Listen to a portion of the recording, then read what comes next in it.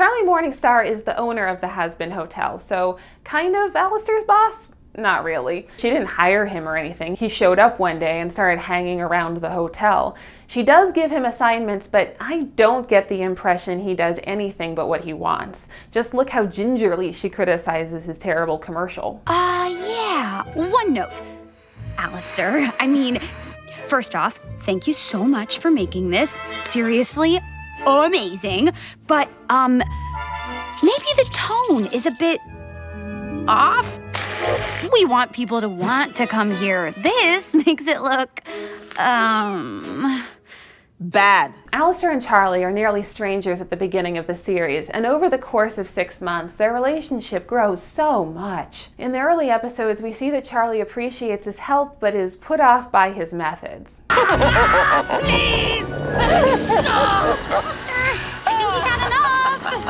It may be a bit more sadistic than I'd hoped, but he's doing it for me. But the second clip comes from the episode where we also see them start to warm up to each other. Charlie has a very unique vision.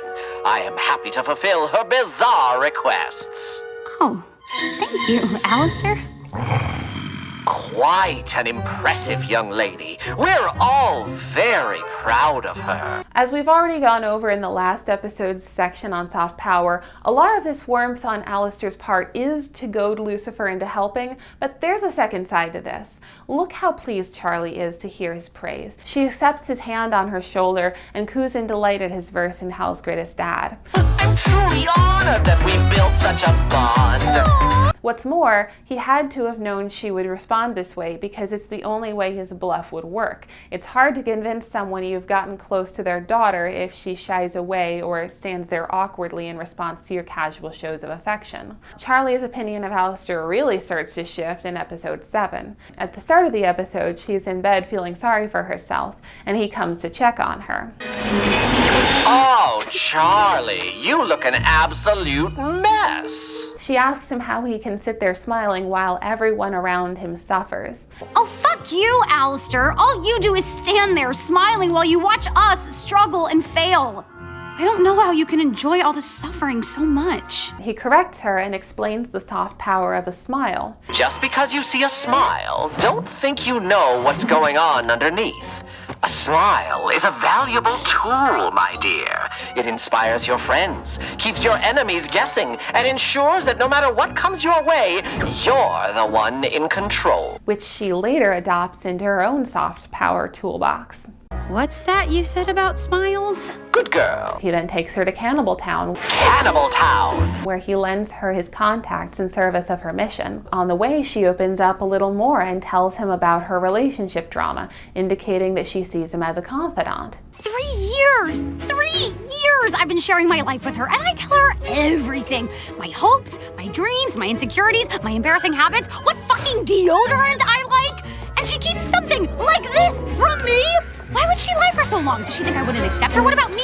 Me says ununderstanding. This is the pinnacle of their personal relationship in season 1, but not yet the height of their working relationship. In addition to letting her use his contacts, We need your help. Well, your cannibal's help, at least, to fend off the attack. Alastor endorses her publicly by appearing with her on stage. For the first time in my life, I might have to be ready for this, ready to be the one who's leading from the front. Letting her use his staff as a microphone, and helping her rhetorically. All this points to a real relationship forming between them. Just like how the relationship develops over the course of the series, so does the way Alastor talks about Charlie's hotel. In episode 1, he introduces the hotel like this. Welcome to the Hazbin Hotel, a misguided path to redemption. Founded 5 days ago by Lucifer's delusional daughter, Charlotte Morningstar. Come place your fate in her inexperienced hands as she tries to work through her daddy issues by fixing you. He's so down on her work and her idea that Vaggie asks him why he's even there. Why are you even here? To which he replies that he likes to watch people struggle. I came here because I love seeing wasteful souls struggle to accomplish something meaningful and fail spectacularly, like you are doing now. It takes a soul-binding contract to get him to make a commercial for the hotel that actually makes it look good. But over the course of the show, he changes. In Dad Beat Dad, he says, Charlie has a very unique vision. I am happy to fulfill her bizarre requests. By episode 7, he's fully behind her. During the song, he sings, Surprised why I knew she could do it all along. The interesting thing about this growth is that, with regards to the mission of the hotel, Alastor hasn't exerted his soft power on Charlie. She's exerted hers on him. He doesn't think the hotel is as stupid as he did at the beginning of the season, and when it comes time to defend the hotel in episode 8, he voluntarily takes on the toughest enemy. Adam! First man, next to die. Suffice it to say, they've grown together, and it's not a one-way influence. Alastor also has a transactional relationship with Charlie. This doesn't erase their personal relationship or preclude the development of their personal relationship. It only means that they want things from each other and do things for each other. Throughout the series, Alastor defends Charlie's hotel, makes a commercial for her, helps her convince her dad to support her hotel, and gets her a meeting with Rosie so she can recruit an army. There's exactly one moment when he asks for something from Charlie. Alastor makes a soul-binding deal with Charlie in episode 7, trading his information that angels can be killed and Carmine knows how, for her doing him a favor at the time of his choosing in which she harms no one. One favor at a time of my choosing where you harm no one. In return, I tell you what I know. Do we have a deal? When she hesitates, he leverages their relationship and all the goodwill he's built up between them. What's a favor between friends? This does cast some shadow of doubt over his actions to this point. It's not necessarily the case that their relationship is baseless or based on lies and manipulation, but it has to be considered as a possibility that, to some extent, the relationship is based on something other than transparent altruism. Did Alastor show up and start helping as a way to endear himself to Charlie? Was he waiting this whole time to catch her in a moment of vulnerability? Remember how Vaggie describes Charlie to the group? She's upstairs, coming up with something, I'm sure. In our room.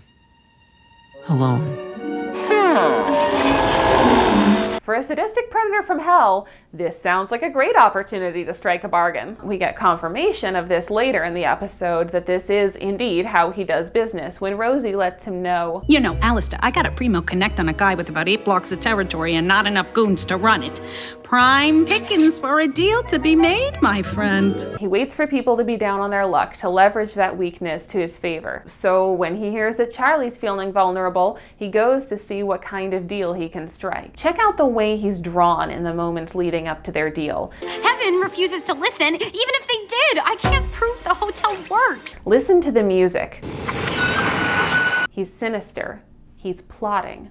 He's up to no good. Whether or not they have genuine friendship, it can at the very least be confirmed that he is a predator and he's been waiting for the right moment to strike. Then let's make a deal. What's curious about this deal is that at the time it's made, there's no indication to the audience that Charlie is more powerful than Alastor in any way. He sees something in her, but we, the audience, don't know what it is that he could want from her that he couldn't do better himself. He seems to be more powerful in a hard power sense. If she could defend the hotel, she wouldn't need him to do it for her. But in the pilot that's no longer canon, we see Charlie recognize and cower from Alastor, afraid that he'll hurt her.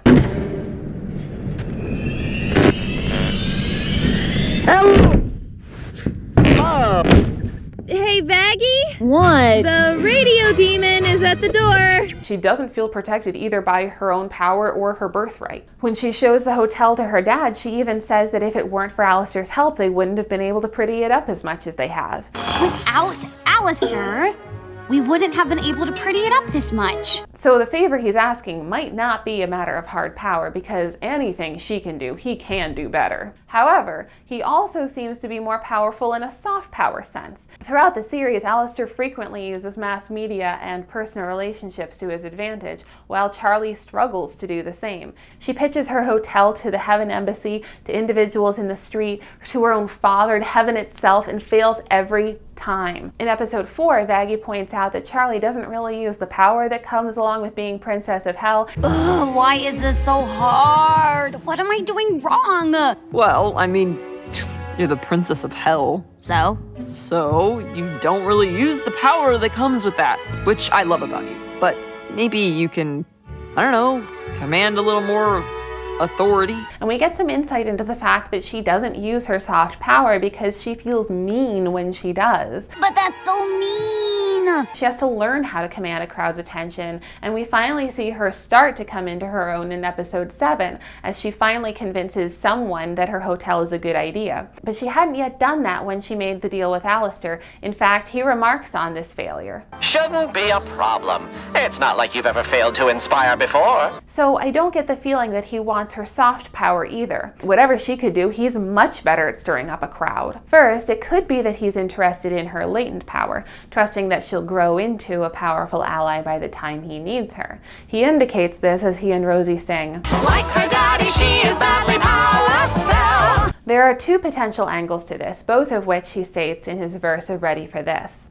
First, he sings, She's filled with potential that I could guide. This is the more sinister of the two options, and it covers everything from wanting her to be his protege, It's a little funny. You could almost call me Dad. to him wanting to control and manipulate her. Once I figure out how to unclip my wings, guess who will be pulling all the strings?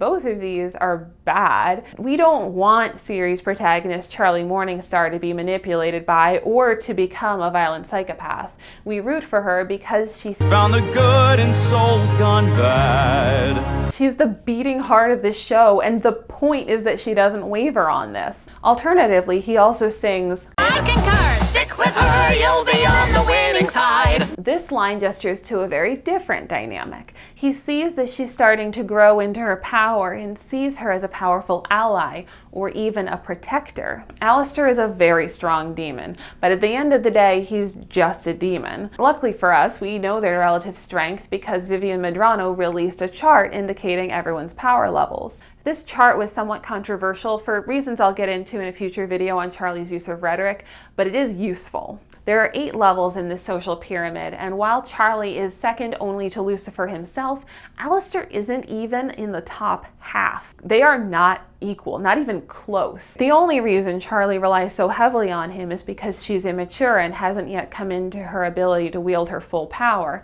It's for these very reasons that Charlie is a useful investment for Alastor. Another factor that informs us on the circumstances of their partnership is the fact that Alastor has powerful enemies who want to keep him isolated. In episode 2, the V's hold a meeting to figure out a way to separate him and Charlie so they can't make a deal. We have a problem. Alastor is getting close to little Princess Morningstar. Any deal, ever. So our main concern now is ensuring that no deal is ever struck between Lucifer's brat and that smiling freak. They seem to think that a Charlie and Alastor alliance is bad news for them. There are a couple of clues as to what might be going on. Valentino references the time Alastor almost beat Vox. You still pissed? He almost beat you that time. Did Alastor almost beat Vox and then retreat rather than get killed? I would believe it based on what happened in his fight with Adam.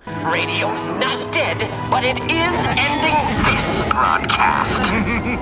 If an alliance with Charlie could give Alastor even a bit of an edge, it would make sense that the V's would suddenly be very worried.